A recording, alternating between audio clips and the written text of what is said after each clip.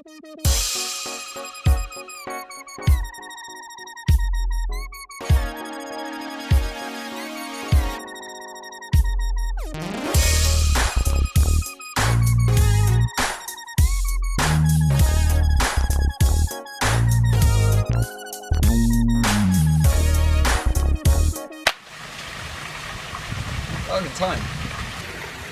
The bro's editing this one, so you can expect to have a short, sweet, mildly funny, very quick video. Well, better things to do, you know? Explore Ecuador. I just find, as you can tell from my previous video, that, which was very good, actually, I thought. Yeah, that I take the time to actually put in loads of content and try my best to, you know, create some laughs. You guys. Yeah, I mean, they are getting episode length. Like, we sort of joked that if you put some adverts in, it would be like a half-an-hour slot on TV. Yeah, but as I said as well, it's an episode on YouTube. It's called an episode, so each one should be. And I think if you got the content, why not? It's more for you, eh? More for you. Getting more for your money. Even though you're not paying for it. Not yet. So this one will be short because we're talking about one day. The last time we talked about 3 seconds. So two secs. I can't even see me now. Cotopaxi. So after Kilauea, the day after actually, so we're quite a bit tired from Kilauea, but we decided, you know what? Ecuador won't beat us. We're going to do Cotopaxi the very next day. So Cotopaxi is a volcano and the tallest in South America. No, it's not. No, because there's two. No, get your facts right before you start. So there's two more. There's Sud, south, and Nord, it's north, and so there's these two volcanoes, and they're like Cotopaxi, bam, bam, bam. And I'm avoiding the names because I don't know what they're called. It's like Il Savini, I think. Il Savini North and Il Savini Sud, and they're taller. But we went on Cotopaxi, which is like the tourist one. Yeah, so we went there for the day. You can take tours from the city, but we decided to make our own way there. So we'd read that you could sort of pull up in a bus, find a guide outside the actual national park, and they would take you on a trip. So we did that. Got on a public bus, told them where to stop. The reason that we did do it by ourselves is because of TripAdvisor, and we read a review on there that said you don't have to pay $40 each. No. Which the one we got quoted in the morning was $45, and so you don't have to pay that much. You can just go yourselves, and it'll be like $25, $30 each. So we turned up. And the guy on the TripAdvisor was called Hugo. He was. Wasn't he? And guess who we come to meet? Guess who we met? Huh? You can probably guess, quite easy. Dave. Yeah, Dave. Hugo. So we met Hugo. Yeah, very nice man. And then he took us into the national park. Spoke very good Spanish. In the end. No, he spoke good Spanish all the time. Oh no, I meant English. Yeah, we asked him if he spoke English, and he's like, no, not really. But his Spanish did get better throughout the day, which is weird. Maybe at the beginning he was just like, I don't know whether I want to talk to these people or not. Well, I turned on my Spanish switch, I like to think. That's what I call it. Spanish switch. Well, I just changed my mother tongue from English to Spanish. And then I just Not seen that yet? chat away. Yeah, I do it every day. In secret? No. Oh. With people. Yeah, always talking Spanish. Yeah, so what was really good about this is that we essentially had Hugo all to ourselves for the day, and it was just us three. And so he took us into the national park, kind of explained everything that it was about. We went to a large, actually looked a bit like a swamp really, rather than a lake, where all the birds were. Oh, it wasn't very impressive, really. I mean, it's not. It depends what you're into. I find it quite interesting. We ended up walking separately. I was sort of taking some snaps. Yeah, I was enjoying the view, and also on the other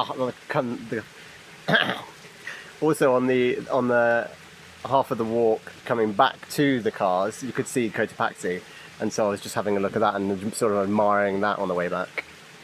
I saw a hummingbird. Beautiful. A hummingbird called the Ecuadorian Star Rhineback. Gazer, something like that, and that was great. Hummingbirds are amazing, aren't they? Really fast. Hummingbirds, yeah, and really small as well, so it could be mistaken for a bee. But definitely a bee here. Yeah, and I would be mistaken, potentially, unless I'd met this bird watcher who was out doing a tour guide and got chatting to him, who identified it for me. And then around the other side of the lake were wild horses on these plains. So, not Wild like, horses, yeah. like grass plains. Yeah, I don't think they got mixed Some up. people were thinking, how'd you get a horse on a plane? Catherine. Idiot. Grass plains. Idiot. And that was cool. They were pretty wild as well. Some of them were like fighting and nickering at each other. So they didn't nick. Nipping. It's like nipping, but it's sort of like taunting. Who's? And then finally, the creme de la creme was seeing the volcano itself. And we walked up. Well, we drove up. Most of it, yeah. Quite far, actually, so that was quite nice. Yeah. But we started walking once they got really steep and this nice red sand appeared. So we went up. We decided to go the short, steep route, didn't we? Yeah, he was like, you can get this longer one, but we were like, no, the harder the better. We've been trekking for 3 days. Yeah, easy. So how hard could it be? And actually, oh, yeah. Yeah, it was a lot. So he congratulated me on the time that I took to climb up there. Did he? Yeah. Was that when I was halfway up? Yeah, he was like, oh, really good, 25 minutes or something, and he was like, oh, that's really good time. Oh, he didn't say that to me. No, because you had different time. I was, Yeah. what were you? 25? Yeah. I was like 25 and a half.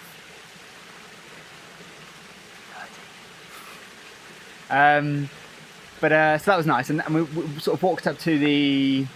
They've got like a hut, a lodge. So usually you can climb to the summit of Cotopaxi, and in order to do that, you stay overnight in this lodge. Well, I say overnight, but you stay until like midnight, and then you wake up, and during the morning you climb to the summit, and so you get up there to see the sunrise.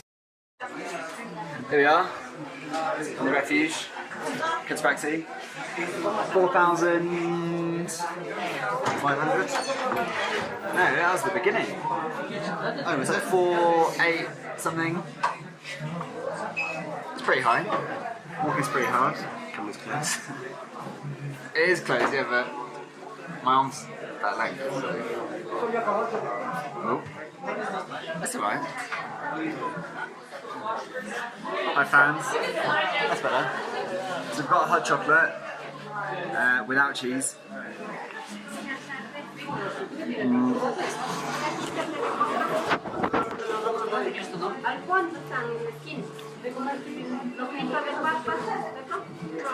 Got a hot chocolate without cheese. Oh yes, I suppose my hot chocolate was popping up there. So very good colour. Quite a hard climb, but quite short. Took 25 minutes. There we go. There we are. Now we're just chilling, having a banana. Have a banana. So, bear in mind, sorry, this is our 4th day trekking today, and today is steep sand. Yeah? Steep. Steep sand. I'm walking on a beach dune, We're talking like that. about 4,500 metres. That's right, isn't it? Yeah, I'd say more like At least. we came up here and there were people with pickaxes. Yeah, we don't need them though. That'll give you some sort of idea of how steep this is. Don't need them. We don't need them. And next, we're going up to the glacier. So we'll get to see some snow, some ice. We've got our shades. I didn't realise we could. I thought this was it. Now we're going up again. Up again, get to see some snow. It's the only volcano with ice on it. No, that's not true. Made that up. That is made up. But it's the The ice doesn't melt. tallest active volcano. Now you can make your mind up whether that's in South America or in the world. This hot chocolate is disgusting as well. Nice. Pretty sugary. Well, my hot chocolates. So we've probably got some pictures. We've got a few. We can sort of slot a in. So overall, it was picture. It was a good experience. It wasn't much walking. It was a bit strenuous at parts. Got a stamp in our passports. Did we? We've got a video of it. Yeah, you're Want to see it? You're always very slow with them. What? Well, it takes me ages for it to click. They go, did we? Yeah, No, of course we did. I'm building on it. Oh, have we?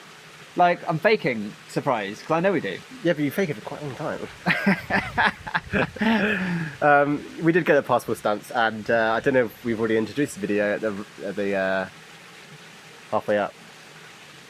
Well, we'll chuck it in anyway. Chuck it in somewhere. So that was good. So you get a stamp in your passport for getting up to the refuge. Nailed it. My man. See? Whoa.